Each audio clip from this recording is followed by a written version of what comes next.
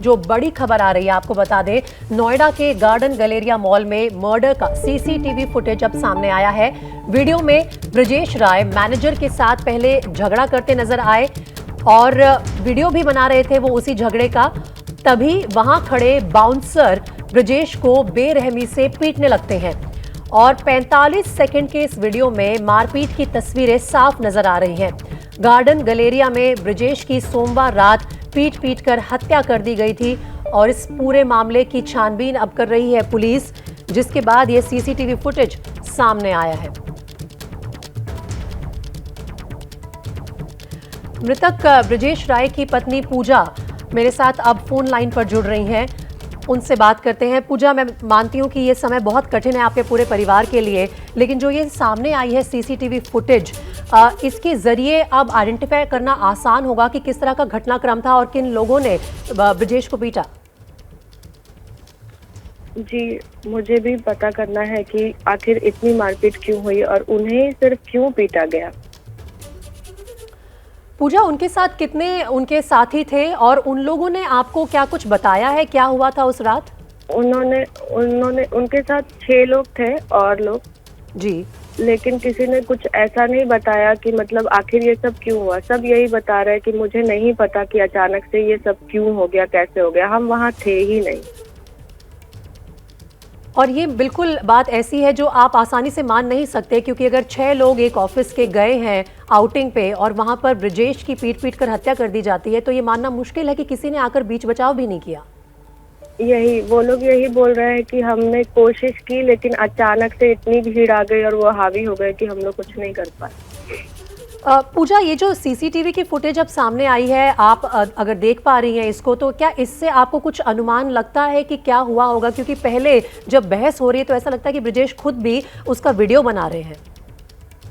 उनको आदत थी, वो वीडियो बनाते थे। अगर कुछ ऐसा होता था वो जल्दी लड़ाई झगड़े में जाते नहीं थे। वो हर एक चीज को मतलब जो होता है बाय लॉ एंड ऑर्डर ही जाना पसंद करते थे। तो उन्होंने वीडियो बनाई होगी, बट मुझे जो उनका फोन मिला है उसमें कोई ऐसा वीडियो नहीं है जो वो बना रहे हैं और उनका फोन भी मुझे फ्लाइट मोड पे मिला है। तो शायद उनके फोन के साथ भी वहाँ पे उनके साथ जब हमला हुआ, उनके ऊपर ये सब कुछ हो रहा था, तो उनके फोन के साथ भी किसी ने तो छेड़छाड़ की है। मुझे नहीं पता कि उनके दोस्तों ने की है या बार वालों ने की है, क्योंकि फोन तो पासवर्ड लॉक्ड है, लेकिन उनमें कोई वीडियो नहीं है। उसमें लास्ट मैंने उनको फोन किया था, लास्ट डायल कॉल भी नहीं है उसमें। बहुत सारी चीजें हैं जो अभी भी नहीं मुझे समझ आ रही। तो आपको लगता है कि ये भी पॉसिबल है कि ब्रजेश का फोन इस मारपीट के बाद किसी ने लिया और ये सब चीजें डिलीट कर दी हों? मुझे लगता है, क्योंकि ब्रजेश का फोन मैं मांगते रह गई। पुलिस वालों को भी खबर नहीं थी कि उनका फोन किसके पास है, कहाँ है। उनको जब मैंने देखा था हॉस्पिटल में, उसके एक दिन बाद, जिस दिन पोस्टमार्टम के बाद मुझे बॉडी मिली है, उस दिन ही शाम को मुझे उनका फोन मिला है। पूजा, इस वक्त जो सामने आ रहा है वो ये है कि पुलिस इंक्वायरी कर रही है, एक एक करके सीसीटीवी फुटेज भी बाहर आ रही है, लेकिन उससे आप ये कह रही है कि अभी भी कुछ साफ नहीं हो पाया कि किस तरह का घटनाक्रम था, आखिर लड़ाई क्यों शुरू हुई और फिर इस हद तक कैसे चली गई कि उन लोगों ने पीट कर इतना ज़्यादा बड़ा एक वारदात को अंजाम दिया। कोई कुछ भी नहीं बता रहा है मुझे। सब यही बोल रहे हैं कि बिल पहले ही भर दिया जा चुका था। सब यही पूछ रहे थे कि बिल भरने के बाद हमें क्यों मार रहे हो। सब दोस्त बोल रहे हैं कि हमें भी चोट लगी है, लेकिन जब मैंने सबको देखा अपनी आंखों के सामने, सब ठीक थे। किसी को वैसी कोई चोट नहीं लगी कि वो उनकी हालत गंभीर नजर आए। पूजा, एबीपी न्यूज़ से बात करने के लिए बहुत शुक्रिया। बहुत कठिन स्थिति है पूरे परिवार के लिए और ब्रजेश राय की हत्या के मामले में अब ये नई सीसीटीवी फुटेज सामने आई है। इसके ज़रिए देखा जा सकता है कि पहले मैनेजर के साथ लॉस्ट लेमन्स पब में बहस हो रही है ब्रजेश की, वो ये वीडियो भी बना रहे हैं इस बहस का, और फिर उसके बाद जो ये कुछ लोग हैं उन्हें पीटते हुए भी नज़र आ रहे हैं इस सीसीटीवी फुटेज में। लेकिन पूजा, जो ब्रजेश राय की पत्नी है, एबीपी न्यूज़ से बात करते हुए ये भी कह रही हैं, इस बात का दावा कर रही हैं कि बहुत पॉसिबल है कि ब्रजेश के फ़ोन के साथ छेड़छाड़ की गई, क्योंकि उनके फ़ोन में कोई वीडियो पूजा को नहीं मिला, उनकी जो कॉलर्स लिस्ट थी वो नहीं मिली और इसके अलावा उनके फ़ोन को भी फ्लाइट मोड पर उनकी पत्नी को वापस दिया गया। तो किसने ब्रिजेश के फोन के साथ ये सब छेड़छाड़ की, ये मामला भी अब इस वक्त उलझा हुआ है। पुलिस हालांकि एक तरफ जांच पड़ताल कर रही है, लेकिन कई सारी ऐसी गुत्थियां हैं इस पूरे मामले की जो अभी तक सुलझी नहीं हुई है। पिछले सोमवार को यानी कि 25 अप्रैल को ब्रिजेश राय की हत्या हुई थी गार्डन गलेरिया मॉल के एक पब लॉस्ट लेमन में। इस पब को अब सील कर दिया गया है और यहां से जो सीसीटीवी फुटेज मिल रही है उसके जरिए एक एक करके पुलिस कड़ियां जोड़ने की कोशिश कर रही है। वरुण जैन अब मेरे साथ फोन लाइन पर जुड़ रहे हैं। वरुण, इस सीसीटीवी फुटेज का जरा थोड़ा सा एक्सप्लेन कीजिए इसे, जो अब सामने आई है, इसके जरिए पुलिस को क्या कुछ जानकारी मिल पा रही है?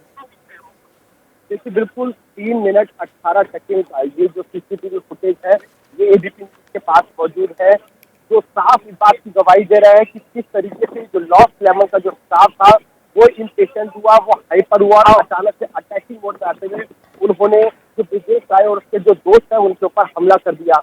आप देखिए सीसीटीवी फुटेज में ब्रिजेश जो है वो बाहर गैलरी में बड़े आराम से खड़ा हुआ नजर आ रहा है, टहलता हुआ नजर आ रहा है। बातचीत करते करते जब थोड़ी सी बहस हो रही है तभी ब्रिजेश अपने मोबाइल से रिकॉर्डिंग बनाने लगता है। मोबाइल से रिकॉर्डिंग बनाने का कहीं ना कहीं मकसद ये है कि एक जो एविडेंस है, आजकल का जो जमाना है इस समय में ऐसा अक्सर होता है कि लोग किसी तरह का वीडियो बना लेते हैं जिससे कल को अगर मामला आगे जाता है तो वो दिखा सके कि किस तरीके से जो स्टाफ था उसकी गलती थी, उन्होंने बदतमीजी की थी। और कहीं ना कहीं ये वीडियो बनाना ही ब्रिजेश को भारी पड़ गया।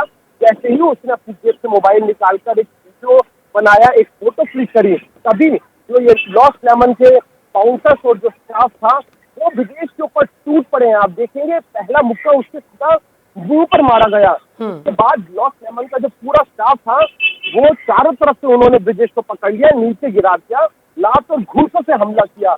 उस बॉटम रिपोर्ट में भी ये बात सामने आई थी कि उसके सर पर गंभीर चोट लगी थी ब्रिजेश के, उसके पेट के अंदर भी फ्लूइड था, इंटरनल ब्लीडिंग हुई थी। तो कहीं ना कहीं इस कदर बेरहमी से पिटाई थी कि ब्रिजेश की मौत हो गई। बेहद अनप्रोफेशनल एटीट्यूड जिसे कह सकते हैं।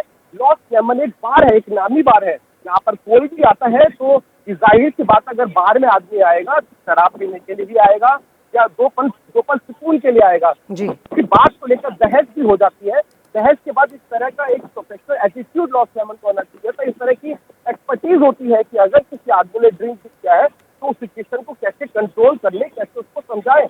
लेकिन यहाँ पर तो कोई स्टाफ नहीं समझाता हुआ नजर आ रहा है और एकदम से लॉस्ट लेमन का जो स्टाफ बाउंसर या फिर आप जिसे कहें कि वो गुंडे अचानक से ही ब्रिजेश राय के ऊपर टूट पड़ते हैं, उसके सर पर मुक्का मारा जाता है, उसके बाद उसे गिराकर लात और घूंसे मार रहे हैं। कहीं ना कहीं ये फुटेज ही पुलिस के लिए बेहद हैरानी करने वाली थी, क्योंकि शुरुआत में नोएडा पुलिस का ऐसा मानना था कि हो सकता है कि दोनों तरफ से झगड़ा हुआ और उसके बाद ब्रिजेश को चोट लग गई हो। लेकिन जब ये सीसीटीवी फुटेज एविडेंसेस पुलिस के सामने आए तो पुलिस ने तुरंत 302 का मुकदमा। वरुण, आपने बिल्कुल ठीक कहा। इस सीसीटीवी फुटेज से एक बात साफ हो रही है कि एक तरह से पहली बार जो मुक्केबाजी हुई, हाथापाई हुई, वो शुरुआत की है बाउंसर्स ने लॉस्ट लेमन पब के, क्योंकि उससे पहले सब बातचीत कर रहे थे और जैसे ही ब्रिजेश ने अपने फ़ोन से फ़ोटो लेना शुरू किया या वीडियो बनाना शुरू किया, वैसे ही भड़क गए ये बाउंसर्स और सीधा उन पर अटैक कर दिया। अब ये सीसीटीवी फुटेज जो है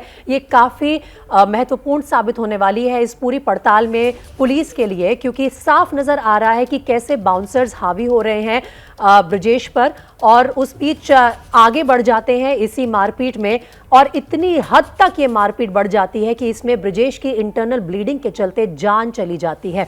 25 अप्रैल को गार्डन गलेरिया मॉल में ये झगड़ा हुआ। ब्रिजेश राय नाम का ग्राहक, उसे पीट कर मार दिया गया और इसमें बाउंसर्स जो हैं पब के, जिन्हें गुंडे भी कहा जा सकता है, वो शामिल थे। लॉस्ट लेमन नाम का ये पब है, इसमें बाउंसर्स और कर्मचारियों पर आरोप है कि उन्होंने पीट कर हत्या कर दी ब्रिजेश राय की। बिल में कुल मिलाकर कहा जा रहा है कि 500 रुपए की कमी थी, उसके कारण झगड़ा शुरू हुआ और इस आरोप के बाद झगड़ा इस कदर बढ़ गया कि ब्रिजेश की जान चली गई। अब तक इस पूरे मामले में 8 आरोपी गिरफ्तार हो चुके हैं, लेकिन एक को फरार भी बताया जा रहा है, जिसकी तलाश में जुटी हुई है नोएडा पुलिस, और नोएडा के इस मॉल में भी कार्रवाई हुई है।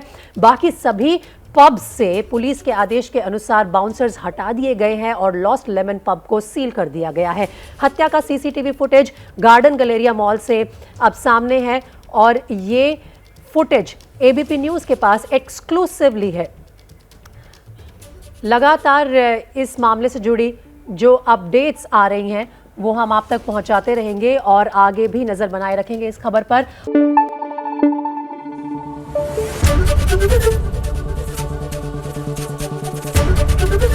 एबीपी न्यूज आपको रखे आगे।